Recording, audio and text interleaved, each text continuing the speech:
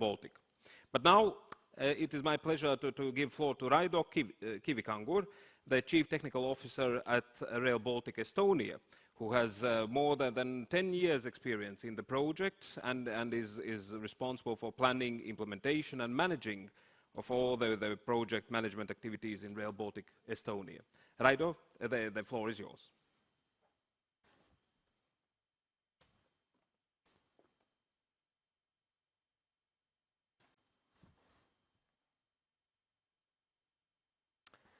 Thank you, and good morning or good afternoon from my side as well.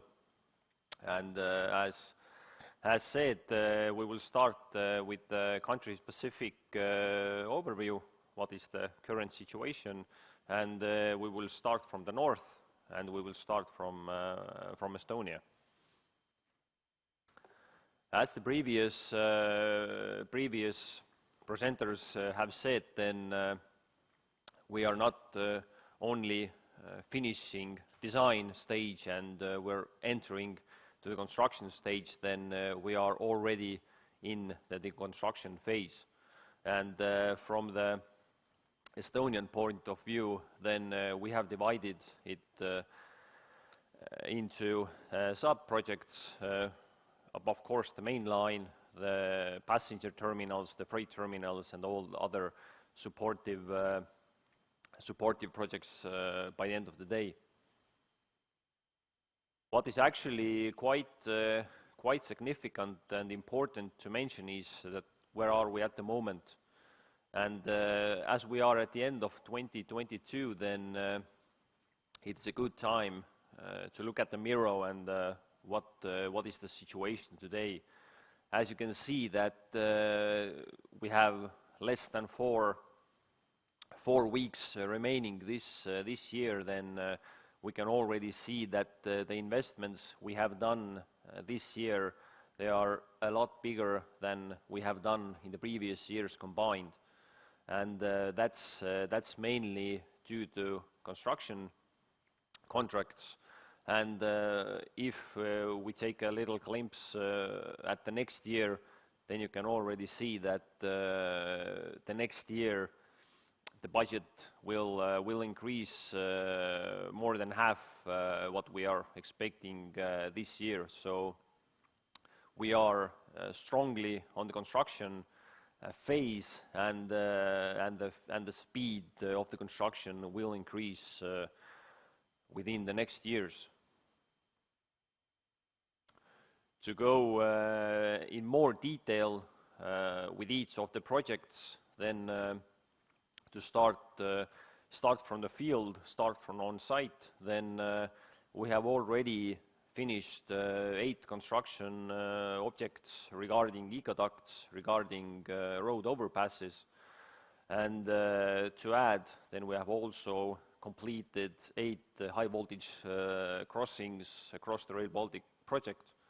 These are the very first construction objects that are already being finished. The contracts will be finishing this year. If I continue with the point time objects, then the people who are viewing the presentations, you probably noticed that one of the previous presentations used the slide of or the picture of the Ülemiste terminal. And this is, I would say, the end point of this, or the start point of the project from the north. Then Ülemiste terminal is also already in the construction phase. This year we completed the 0 stage, and at the moment we have 2 ongoing procurements there as well.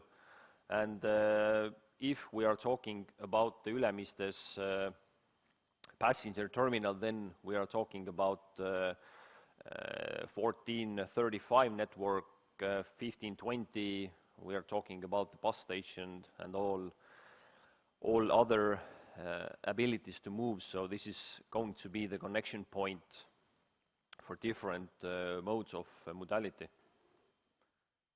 A couple of words about the Ülemiste project, then how we will proceed is that we have divided it into 4 main stages.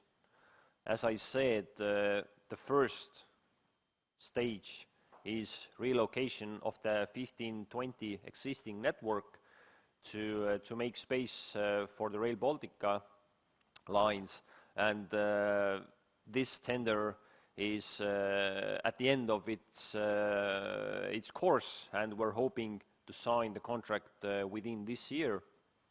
And about the second tender that is ongoing at the moment, I fully encourage you all to participate. It's basically concrete works around 1520 and 1435 railway embankments, including tunnels, including access roads for the tunnels to enter them. So, we're planning to open the procurement at the beginning of next year, so today is the very right time to start preparing and presenting your offers there as well. And these 2 contracts are going to be one of the biggest contracts regarding the Ülemiste passenger terminal, and of course the terminal itself that will be launched within the second half of 2023.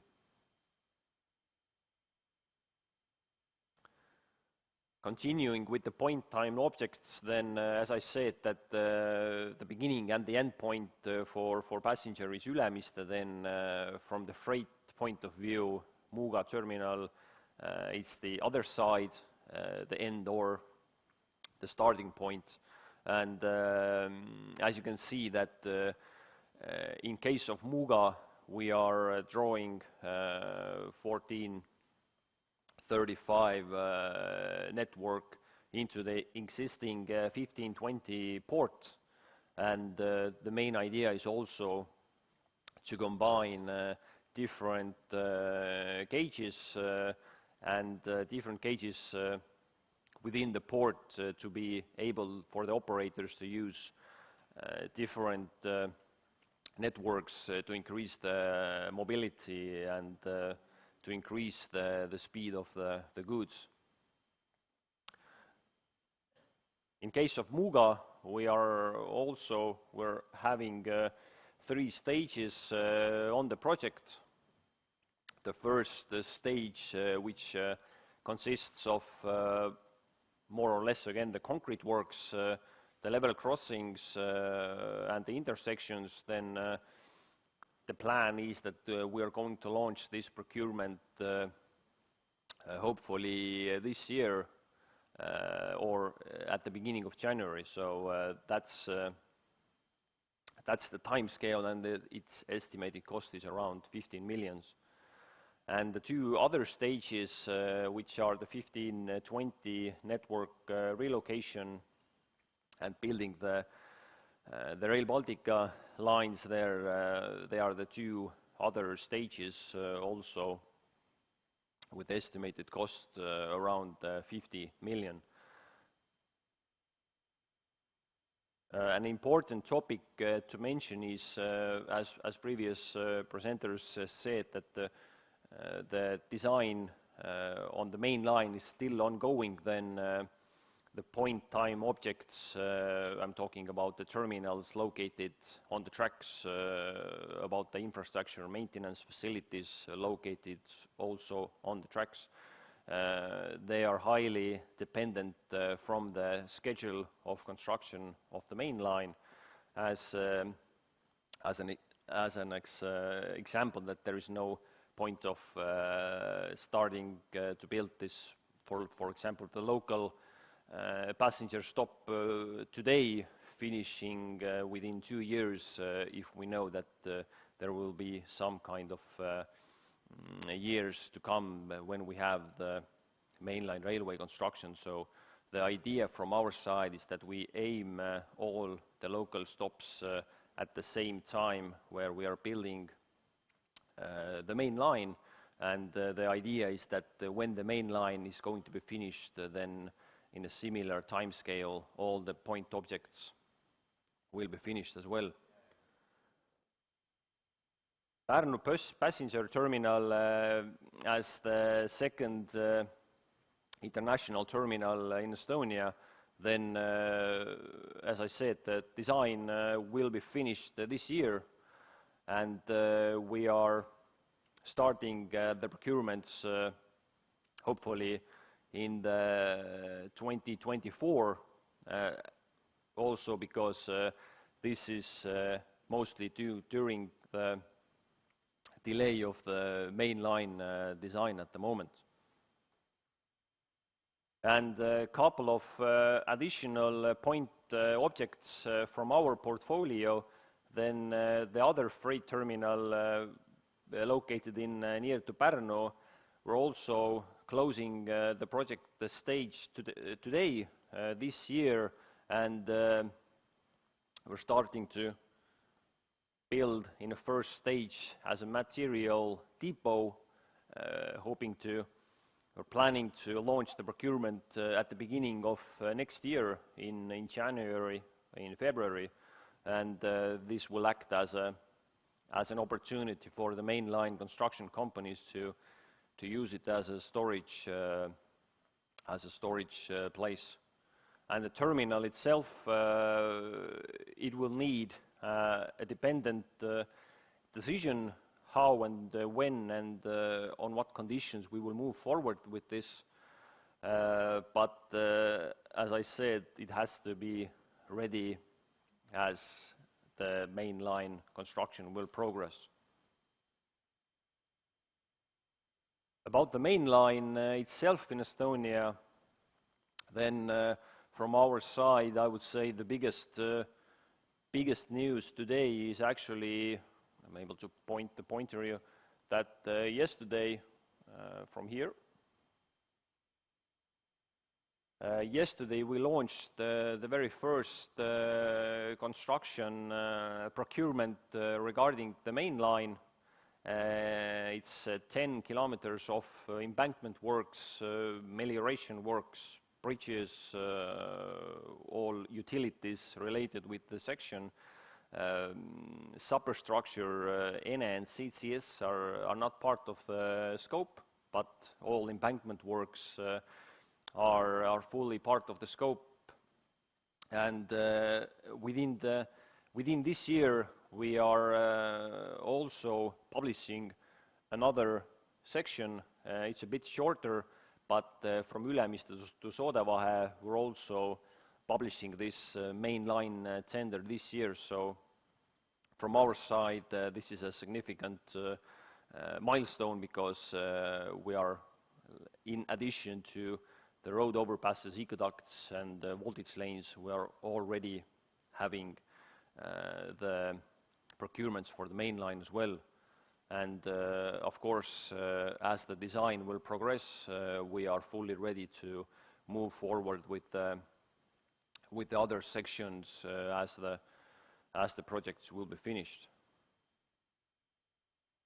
And to point out a couple of last things, then as I said, substructure and superstructure are going to be in different contracts, at least with the first sections, as the velocity of the embankment works and the superstructure works are highly different. And to add up this point objects, then as I said, the local passenger stops will be constructed at the same time with the main line, and we have 12 passenger stations in Estonia.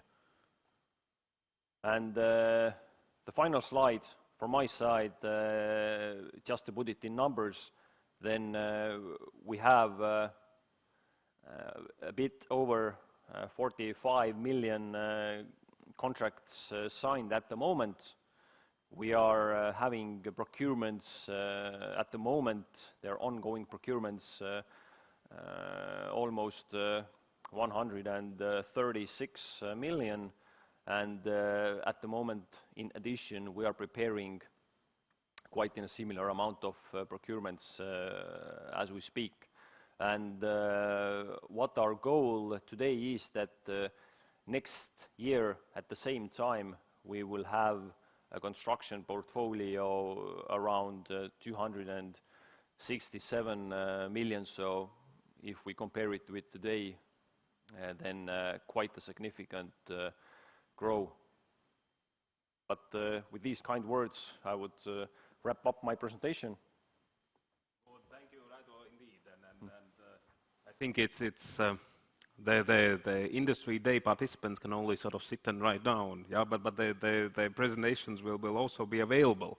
But thank you very much. I would like to invite you to have a seat, yeah, because then we'll do the three countries and then have a look at the Slido questions. Mm-hmm. Yeah, and just recalling also on the opportunity to use Slido, use hashtag Rail Baltica, and ask your questions there. And now we proceed with Latvia, and the national implementing body in Latvia being Eiropas Dzelzceļa Līnijas, that will be represented by Einārs Jaunzems, the director of the project implementation department. And once again, congratulations for also gaining the award of project director in Latvia for 2022. Einar, the floor is yours. Thank you for the kind congratulations. Hello, dear viewers and ladies and gentlemen. I'm very honored to be here today. After many years I've spent on this project, it's my debut in Rail Baltica Industry days, and I have a pleasure today to talk about the achievements of EDZL over the last year and our outlook for the future. Or to be more exact, last 8 years, because that's pretty much the age of our company, which started out as a startup run by 2 people. Special greetings here go out to our founding fathers, Mr. Kaspars Vingris and Mr. Agnis Driksna. But well, we have grown quite significantly since then, and not only today we are 70 people strong compilation of talent and capabilities and knowledge. Well, we are also the largest construction client in Latvia. We have currently already hold a construction portfolio of well, roughly 700 million euros. But this is obviously not the top of our ambitions and not the top of our achievements, since we believe we can do more and we are striving for more. And currently we are also holding the, as far as we know, largest construction tender in the entirety of Europe. The construction works for Rail Baltica mainline in Latvia, as well as we are working and progressing on the model of infrastructure management, since this is a function that was recently awarded towards us. If we look more or less on what we have achieved over the last year, then for the mainline sections at both of our international stations, I'm talking the Riga Central Railway Hub and the Riga Airport Station. Construction works are ongoing there for almost 2 years now. And by Christmas this year, we will have invested in construction works slightly over 100 million euros. That's 100 million euros, not in soft activities, not in studies, not in consulting, but physical construction works of Rail Baltica mainline in Latvia. Guys on site with shovels. Construction is not limited to that. We are working on the tender of Rail Baltica mainline. I'll talk about that more in details a bit later in my presentation, as well as, well, obviously designs. In terms of designs of local facilities for Salaspils Intermodal Railway Terminal, for 17 regional stations in Latvia, and for the infrastructure maintenance facilities both in north of Latvia of Skulte and south of Latvia of Iecava. Design works are ongoing, and currently we are holding 12 million euros in terms of design consulting contracts into our portfolio as well. Together with all of that, we are progressing in the function of land acquisition. despite the rather difficult procedure we are facing in Latvia, despite a lot of technical details necessary for progress of the land acquisition. We have acquired all the necessary properties in order for construction phases to start where they're needed. There has never been a case where we couldn't progress with the construction because of land acquisition. The military mobility capabilities, that's a rather recent addition that we have included in our project as well. We have applied and successfully been granted the military mobility funding from the Military Mobility Budget 1, and that's a functionality that has already been included into our local facilities, and we expect to continue application for similar funding in the future. As well as recently granted changes in the legislation, the Railway Law of Republic of Latvia has been amended, and EDZL has been awarded the rights of infrastructure management role. And summarizing all of this up, I'd like to say that to everybody of my team of EDZL here listening, my sincerest gratitude and congratulations to all of you. To speak a bit more into particularities, Riga Central Station is the site that's commonly called, which is the Rail Baltica section, mainland section through Riga Central Hub, which is the one that we started first. And while looking in the hindsight, it has proven to be a wise choice. We learned many valuable and difficult at the time lessons there in a way of design management, stakeholder management, construction management, that has allowed us to set a showroom site in the middle of Riga in order to prove not only to citizens of Riga, not only to Latvian society, but to everyone interested that Rail Baltica, well, it's here to stay and it's going forward. I have a small compilation, a time lapse of a webcam that we set up for the site, and it might be slightly jiggedy since it's 700 days of construction compressed into a minute and a half video. Let's see how it goes. When we started working on the construction site, it was clear that the amount of utilities that need to be reconnected was significant. It's at the heart of Riga, but it was even more than we expected.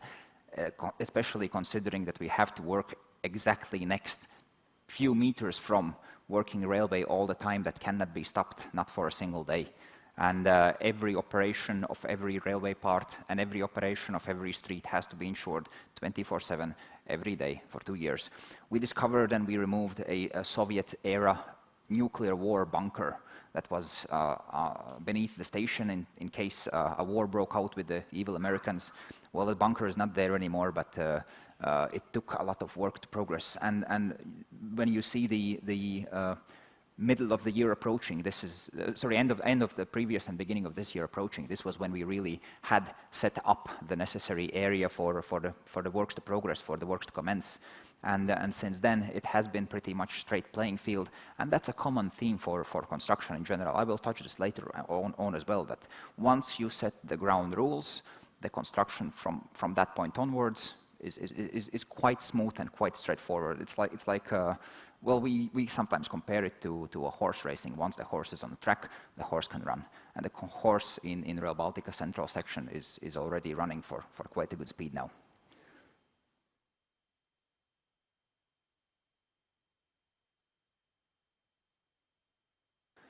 If we look at the progress that we are showing on the Rail Baltica mainline construction tender, then we announced the pre-qualification phase on 12th of November 2021 and have been working hard together with all the applicants and interested parties throughout the entirety of this year. We have received submissions for the pre-qualification on 1st of March, and on 12th of August we announced the results, and in 2nd of September announced the second stage. We are currently waiting for the prepared offers from the qualified bidders, and we expect them to receive in the very first days of next year, and we expect to sign contract in the first quarter of next year as well. Meaning we will have contractor in place. That means as soon as the designs start coming in, we are able to start construction of mainline well outside Riga. And well, by saying well outside Riga, I mean more than 60 building permits throughout the entirety of Latvia. Our current strategy is to start at the region of Hietsava and to move southwards, since the design progress currently appears to be slightly better there. But the scope of the contract itself is 220 kilometers of new mainline high-speed railway infrastructure. Civil works, track works, everything. The same as our colleagues in Estonia, we haven't included in the ENE and CCS scope for obvious reasons. I believe that we will have speakers concerning these procurements speaking slightly later in the presentation. We are aware that, well, the current geopolitical climate and current economical climate might be challenging for large-scale construction tenders, might be challenging for large-scale construction contracts as well, and obviously everyone is in trouble in these situations. Now, it's not only a contractor's problem, it's a client's problem as well. So we have addressed the problem in not only inserting the clause of indexation of price, but the clause of basket of indexation of prices. We have looked at every reasonably possible construction price index, and we have assembled them all together in, well, quite a complex formula you can check out for yourselves. But in this way, we believe that indexing each type of specific group of materials or each type of specific group of factors separately, we can mitigate the impact done by a bubble in one part or bubble in other part of the market, or the problem of general supply problems or general inflation problems in the construction as a whole. We have shown this to the market, and we have received, well, actually quite a positive feedback, since well, the market believes that it's a fair, balanced risk approach, and we believe that as well. But to everybody else, it's a signal that despite the challenges that we are facing, the economy globally is facing, the construction will go on. And well, regarding the previous address done by Ms. Trautmann, that the deadline for Rail Baltica shall be no later than 2030, we believe it's not only feasible, it's also can be superseded. We seeing the progress that we have shown on the construction tender and seeing the readiness that we have achieved in terms of constructing mainline, we believe that gradual operations of Rail Baltica, at least some part of it, can be started as soon as late 27. And that's actually a thought I'd like to slightly wrap up with. I was previously, when I showed the Jiggity video, the Jiggity time-lapse of how we're doing in Rail Baltica Central section, we quite often compare, at least internally, construction process to a horse racing, and there are two very different sets of activities you need to do. You need to bring the horse to the racetrack, and then you need to let the horse run. Well, as you saw previously in the timeline, we have been working for, I don't know, a year and a half or even more, and we'll be working for quite some time to bring the horse to the racetrack. And the horse will be able to run very, very soon. We believe that every problem that the project is currently facing is overachievable. We believe everything is solvable, and the only limitation that will limit the speed, how soon we can sit in a train, how soon we can drive from Riga to Vilnius or to Tallinn, will only be limited by the rate of available funding, since everybody in both EDZL and the greater Rail Baltica family is working hard every day to make this a new reality. Thank you. Thank you, Einar. I'll have a seat as well. Yes, excellent. Thank you very much. And then we proceed with Lithuania, where I would like to invite Dovydas Palaima, who is the General Manager at Rail Baltic Management in LTGI Infra. Dovydas, the floor is yours. Thank you.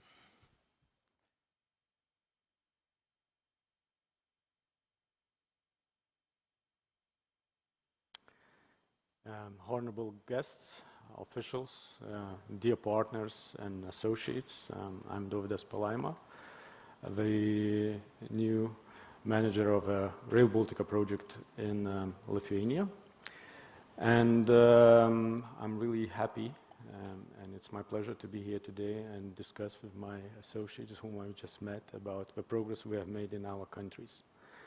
So first of all, let me go through the Rail Baltica scope in Lithuania. Then I'll have a short look on implementation status. And then I'll revert to the national plans with regards mainly procurements. I just don't see the slides here. Sorry. Yeah, so short notice about Rail Baltica project scope in Lithuania. Basically, the whole project in Lithuania is split into 4 geographical sections. First one going from Kaunas to Latvia, from Kaunas to Poland, and from Kaunas to Vilnius. It's worth to mention that Kaunas node is also excluded as separate geographical section due to its complexity and already existing multiple intersections with existing infrastructure. What we are up to in Lithuania, we are up to have more than about 400 kilometers of a main track, 3 transportation hubs, then 3 international passenger stations, accompanied by 15 regional stations and 2 airport stations. Added to this, we'll have 2 intermodal terminals and 2 infrastructure maintenance facilities.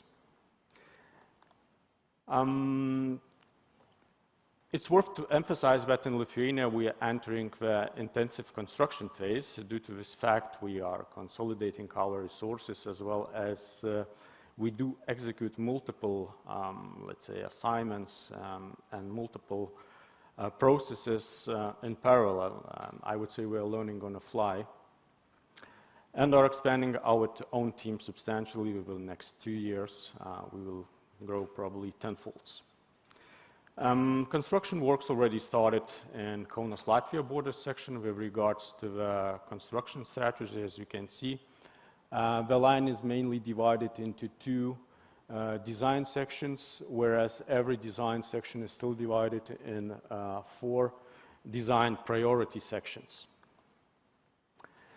Now, going into the detail with Kaunas-Latvian border line, where we have reached so far the highest level of maturity. It should be noted the spatial planning procedures, land acquisition procedures are completed.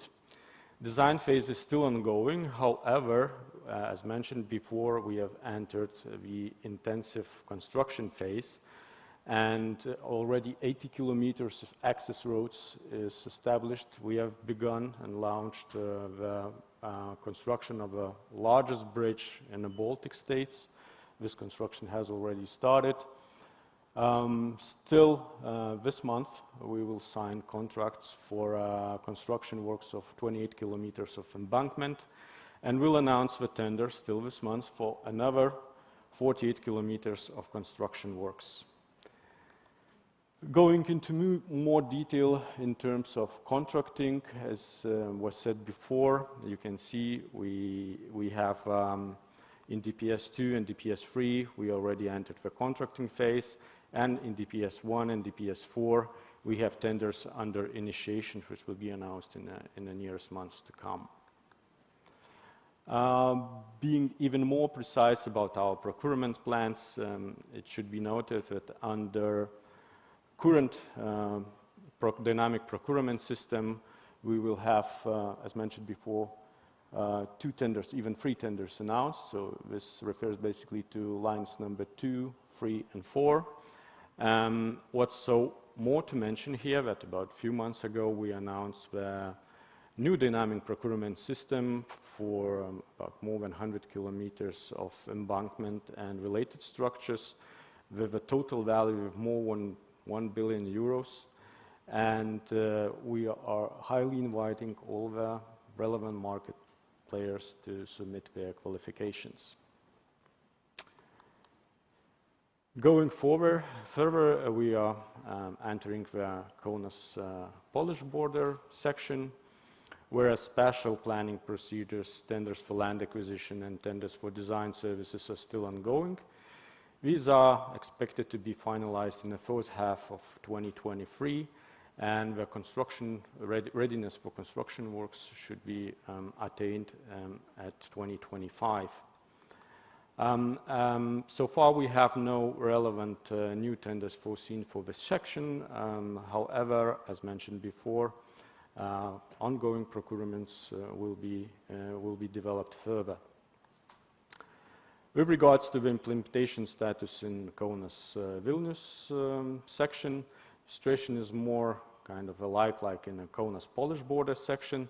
Spatial planning procedures, land acquisition and design services tenders are still ongoing and are planned to be finalized within the first half of 2023.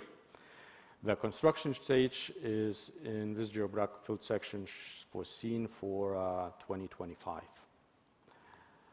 Talking about procurement plans in this section, we have still this month we will announce the design tender for Vilnius urban node. Referring to Vilnius, it's also worth to mention that Rail Baltica is not just changing our socio-economic environment in our countries, but also has a practical value in our cities and is changing our landscapes. And what's worth to mention that what we are very proud of in Vilnius, we have a Vilnius Connect project, which is interrelated with Rail Baltica, and we already have a first place of architectural competition winner. And it's, what would be frankly saying, that without Rail Baltica, this, I would say, transformation wouldn't happen so fast. Referring to the Kaunas node, as I said, it's one of the most complex nodes in our whole Rail Baltica project. We have spatial planning procedures, tenders for land acquisition and tenders for design services ongoing, which should be finished in the first half of 2023. What distinguishes Kaunas node from, let's say, other sections that we already have first stage of construction works finalized some time ago, and we already have operational Kaunas Intermodal terminal, which is connected with European railway gauge. Further construction works developments are foreseen as of 2025. Referring to the procurement plans in Kaunas node, we are up to announce also this month the design tender for railway infrastructure in Kaunas station territory. So as you can see, this month should be quite fruitful for Rail Baltica in Lithuania. Finally, what's worth to mention, we had an overview of the main line, but also we have local facilities. By local facilities, we mean regional station, IMFs and Panevėžys node. In all these sections, spatial planning procedures are ongoing, and we are evidently approaching the design stage, where part of the tenders is already announced and another part is under administration. Gradually, construction works in local facilities are planned to commence as of 2025 as well. Well, again, in December, with regards to local facilities, we have to announce 2 tenders, both for designs, one for infrastructure maintenance facilities and another one for regional stations in Vilnius, Kaunas section. Now, what's more to mention here is that we all are thinking about Rail Baltica as a future project, right? The future backbone of our transportation systems. However, we shouldn't forget what we already have operational line, and it's bearing its fruits, and we can see early added value it delivers. So we have Kaunas Intermodal terminal connected with Poland with the European gauge, whereas it became the access for intermodal freight services as well as serving for the new routes and new business opportunities for our market players. Moreover, it empowers military mobility, and regular passenger services are on the agenda between Lithuania and Warsaw. What's most to stress, we're really doing our best from our side to prepare and to commence all the tenders in an appropriate manner. However, what we are also noticing that there is a bit of a lack of proactiveness, I would say, from the market players. So dear market players, dear potential contractors, we are highly encouraging you to be proactive, to follow our information and to address us, to consult us, and actively take part as in our tenders, as in announced acquisitions. We are really inviting you to be proactive and don't wait until we will approach you. Thank you. Good. Thank you, Dovydas. I would like to truly thank for the presentation and also for the invitation. That's definitely also one of the aims of this event. I hope it will work. Good. Let's use whatever helps. Right. And then we join it is a mini panel, sort of Christmas almost tea party. And here we will use the questions that have come in from Slido, but then to kick off and also covering some of the usual suspects, I would say. And one question to Raido, and let's start with you. How's the situation with the Finnish tunnel? That's always one of the questions that we'll ask, but the situation is where it is at the moment. I would say it's a couple of steps behind the Rail Baltic project. But in our terms, if we are talking about technically, then we haven't outruled the future opportunities for the tunnel. We have alternatives where the tunnel could be added when it will take its place. But yeah, at the moment, I would say that we haven't shuttered any doors.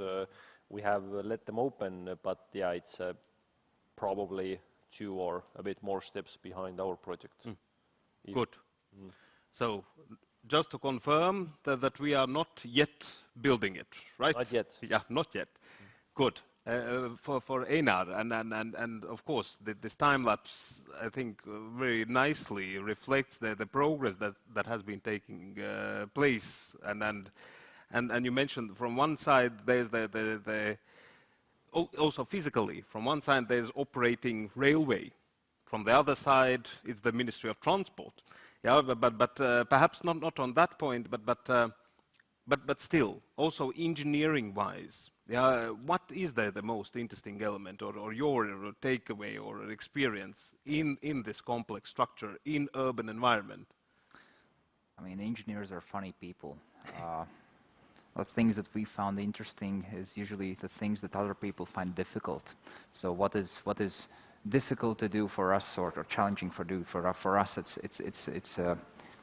it's what gathers our interest. But what I wanted to answer in this regard is, well, there's many things. If you need to build a completely new high-speed railway through middle of existing built dense city, nothing of that is easy, to put it mildly. But I'm a bridge engineer by trade, so my congratulations here goes out to the engineers designing the new bridge across Daugava River in Riga. Well, there were a lot of limitations regarding the bridge, specifically the height of the bridge above the water, the height of the bridge structure itself, so it doesn't shadow the existing one, and so on and so on. It was very challenging to design the bridge. I think they've done a very, very good job at that. Good, thank you. And Dovydas, without doubt, on Poland. Also in the context of the Transport Minister Council decision yesterday, and now including the Rail Baltic also in the so-called 3 Cs, the Baltic, Black and Aegean Sea corridor, the cooperation with Poland is of particular importance. I know that from the global project perspective, we are also cooperating on systems, etc. But from your perspective, as let's say the direct physical connecting country with Poland, how's the cooperation? Yeah, so first of all, what I just said, we already have a functioning line with Poland. Yeah. And of course, we are coordinating our actions with our Polish counterparties and trying to do everything to have this, let's say, line which would be with high speed and double track as soon as possible. What's more to stress here with our interaction with our Polish counterpart is interruptible, and we are coordinating our actions on all levels. That includes ministry, includes LTG Infra and Rail Baltica and other associated bodies. So Poland is definitely one of the, I would say, major directions, because without Poland, Rail Baltica will not function if we would go from north to south or from south to north. So it's definitely the vital part of our track, and we are working very closely in order to establish it as soon as possible and coordinating our actions with our Polish counterparts. Indeed. Thank you. No, good. Let's have a look at the Slido questions. One of the favorites is human resources. I will add some touch to this. Quite surely and evidently, enormous amount of construction works is coming up.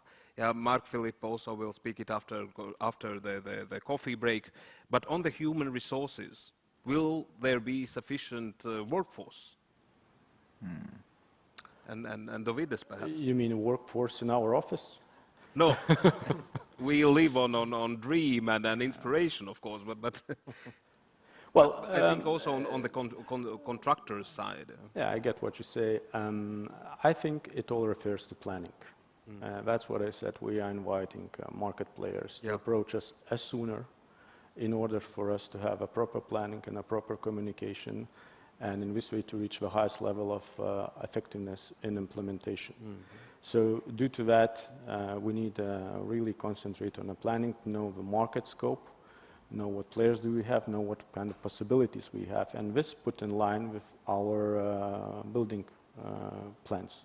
Yeah. So basically it's all about planning, nothing special. Colleagues, something to add?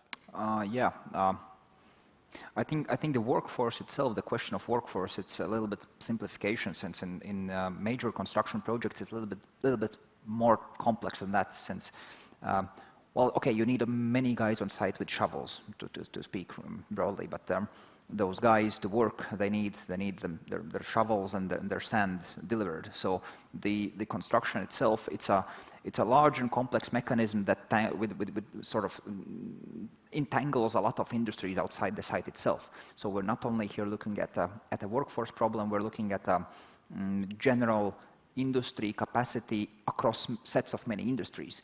And here we see good signs, since due to effects of COVID, due to effects of the war, well, there's a sort of economic slowdown in the Baltic region. Estonia was slightly harder hit than Latvia. Lithuania is still doing okay, but the growth is not there. And well, what we saw in all of our presentations, I mean, it's evident that starting from next year, in all three countries, Rail Baltica will be a considerable driver of at least some sectors of economic activity. So we see that the economic activity has the capacity to be there. Regarding the workforce itself, well, the mainline construction or railway construction in general, it's a heavily mechanized process. It's not one guy driving a wheelbarrow. It's a lot of sets of heavy machinery, and the productivity lies in the level to which you can mechanize your works, not how many people you have on site particularly. Good. Raido? Yeah, just to add up to Einar said that, yeah, we know that we do not need to look only the railway market, because, for example, the embankment works, is it the high-speed railway or is it the high-speed highway? Actually, they're quite similar. The market is similar. And also, in case of Estonia, we know that within the next years, the investments to the road construction, they will decrease. They will be a lot lesser than they are today. So from that point of view, I would say that we will add up the market, that they have still work, that road construction companies do not need to sit around, wait for better times, but railway will help on difficult times. Good. Well, to add to your comment, it's very, very correct, but in Lithuania we are facing increased competition from our road colleagues. So basically, yeah, that's true. That's why we need to coordinate our actions, not just within our scope, but also within, of course, other industries. A mini follow-up question already to Einar's on the station construction, that many unplanned utilities appeared during the process. How is that solved with the designers and contractors? No, it's not. Okay, I can answer. It's not really that they were unplanned. When the site investigation started, our contractor did a very thorough work. They not only checked the existing topographical plans and topographical mappings, they opened every manhole to see every utility and measured where it goes throughout the entirety of site. When we did the planning on the works before we signed the contract, our assumptions on the time necessary to relocate the utilities were okay. Well, maybe slightly over optimistic, but when we signed the contract further on, the utilities has not been the largest problem. The scope of the size and the size of the site, that's something that we little bit struggled initially, since well, you know, to build a new railway, again, it's not something that you and your contractor do by yourself. There's a lot of involvement from the institutions, and the sheer volume of the deliveries that we brought on their table, well, it was a surprise to everybody. I hope it's fixed. Everything is working. Good. Then another question. Can you share your experience with partnerships between local and international companies? Yeah, I think in most cases, yeah, there's some kind of consortium of locals together with internationals, yeah, combining the expertise, or let's say filling or ensuring the full package of expertise needed. Would anyone like to share? I would start. There are probably many levels, starting from the easiest one, that when we have different people from different nations, then what is the existing time frame what we are operating. We have had some funny incidents that we agree on meeting, and the guys from the Central Europe, they have some kind of other time zone, and they don't meet on the meeting. So actually starting from this to how you build a bridge in Estonia, Latvia and Lithuania, it's a bit different how you do it in Spain, in Germany and in France. And these day-to-day discussions during engineers, during project managers, this actually, there is very many hidden agreements that we don't see, but actually this, that what do we mean by our comment, what do they understand it, and this is actually where the heavy lifting is being done. And if we look at out from the engineering point of view, then of course the legal concerns, what do we mean by this contract point, how do they understand? So this is something that it will take time, it will take a huge amount of time during the construction, for sure. So the legal point of view, the engineering point of view would be the main things that pop into my mind from the everyday life. Common understanding even, yeah, right? Of course. Einar, and you mentioned that the cases in Latvia, right? 20 partnerships, I think, right? No, I was talking about stakeholders. Yeah. Stakeholders, but well, in our opinion, in our experience, partnerships between foreign and local contractors or consultants are the ones that work best. Perhaps it's a message to the international market here about what the people in Baltics are. We're in general very precise, very exact, and very straightforward. And what is said is done. And according to that same understanding, also the legislation and the formalization of our construction process is organized. We have quite clear and straightforward written rules, and everybody follows the rules, but the amount of rules in general is slightly more than you would expect from maybe some other Western European countries. And the way how you cast concrete into false work, it's the same whether you cast this concrete in Baltics or in Germany, but the amount of permits that you need to do to get there, and the way how you get these permits, well, it's a slight local speciality, and in this we believe that the help of local partners is evident.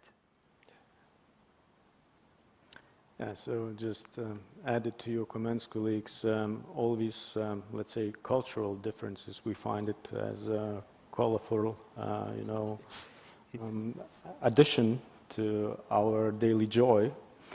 However, it's worth to mention that all international partners we have, basically, they have local subcontractors. So anyhow, they have some kind of translators to what you said.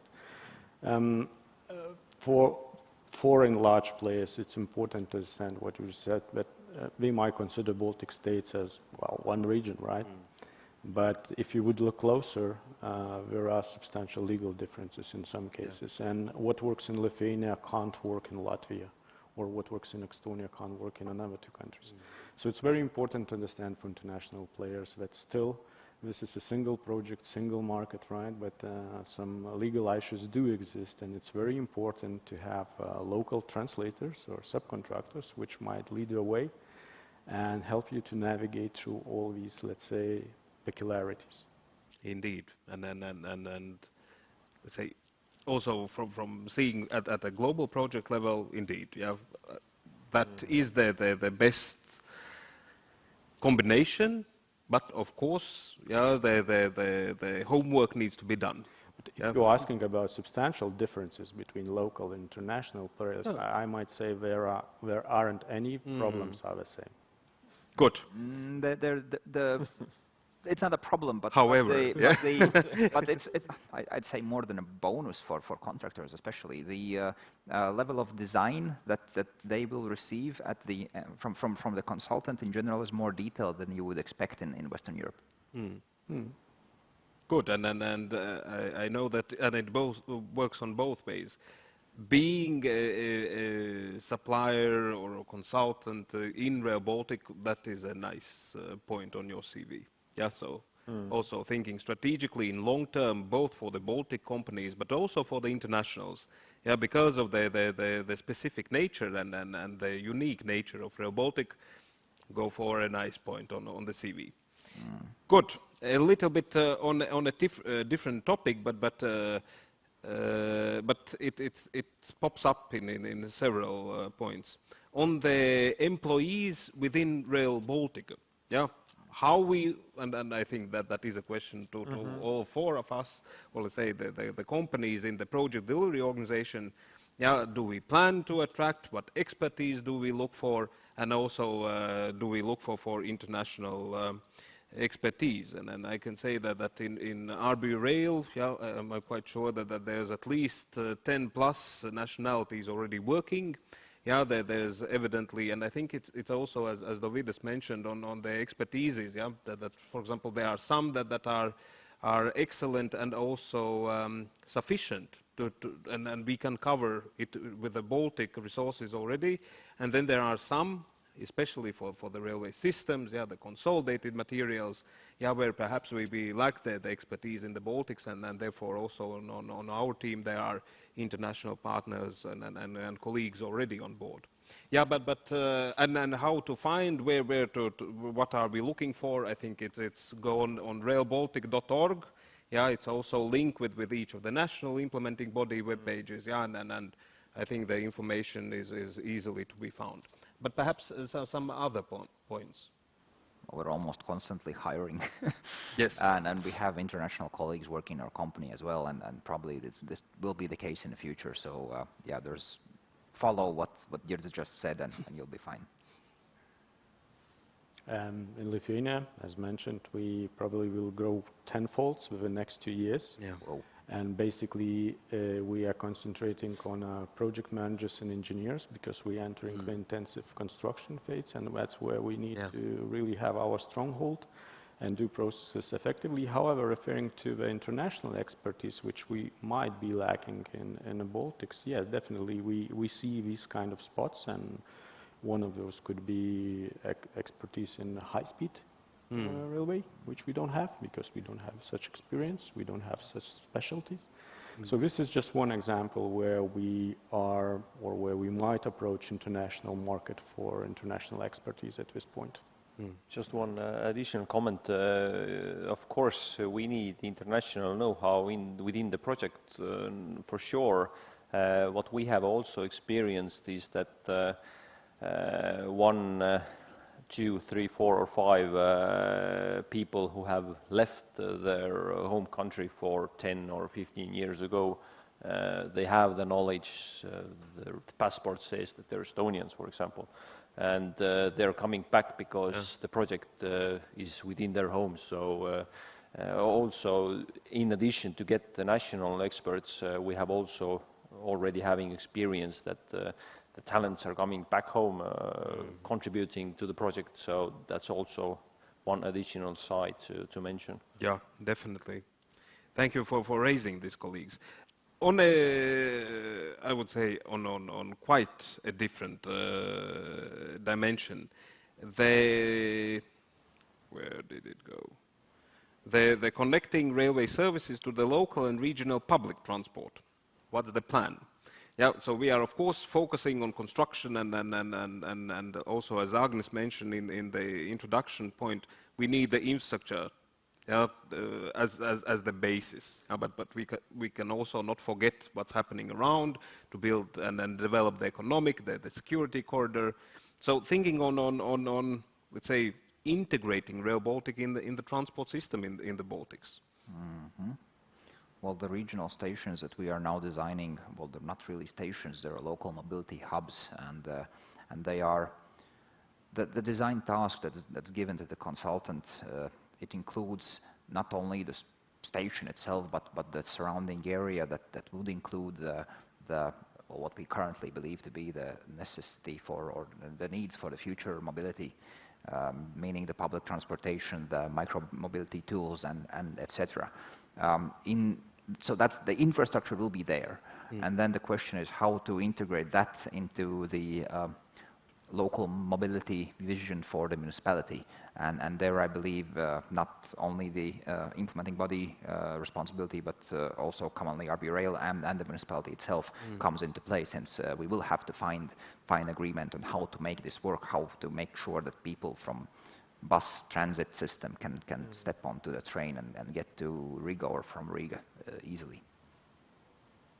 Yeah, just going for what you said, it's not also about regional stations, but about intermodal terminals, as well as infrastructure maintenance facilities. And the same as my colleague said, we actively approaching municipalities and talking to municipalities. Actually, municipalities are quite actively coming to us, because whenever we get knowledge that something will happen, of course, it might be a game changer even, if it's a very small municipality. So we also trying to be proactive and have a close relationship with municipalities in order to coordinate our actions with our infrastructure and with their plans, what we are planning to do and how we are planning to do.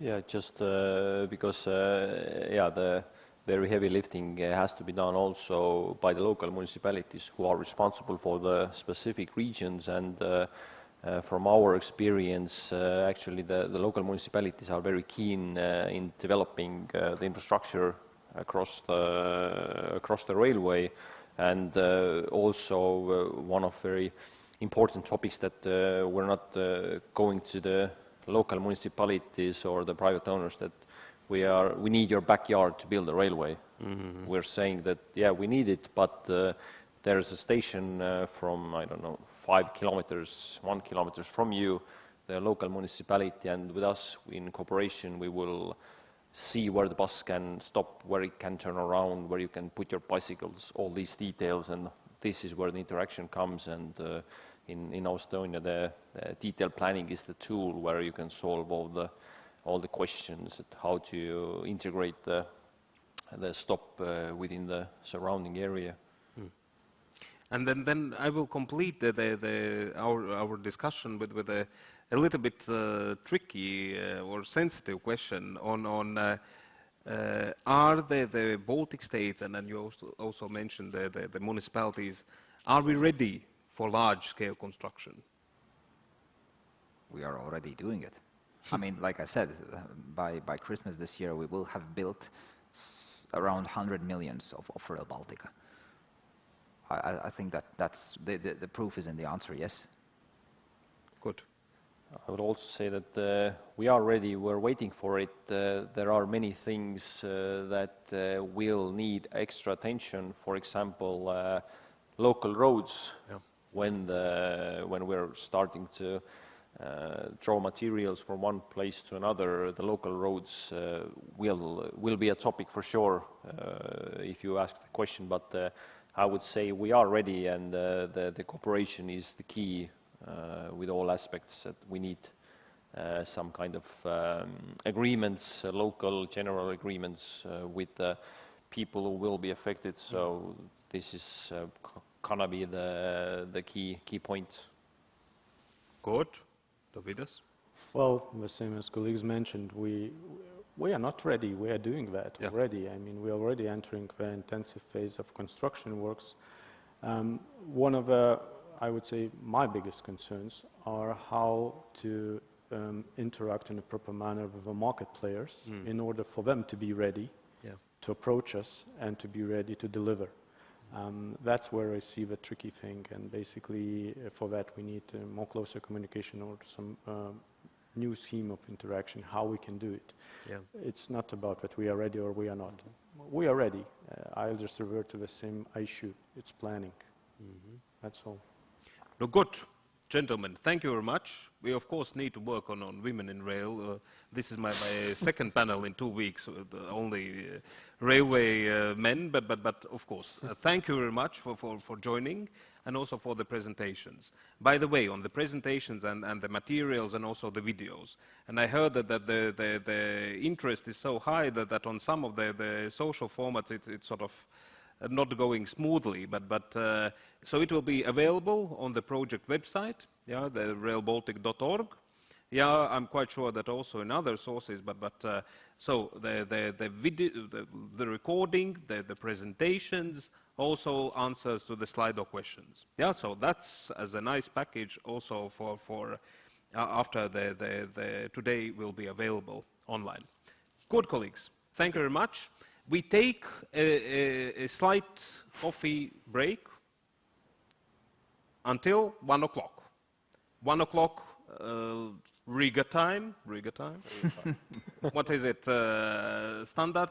I think it's 12. 12, right? So okay, we'll say it differently. In 40 minutes we meet again. Thank you.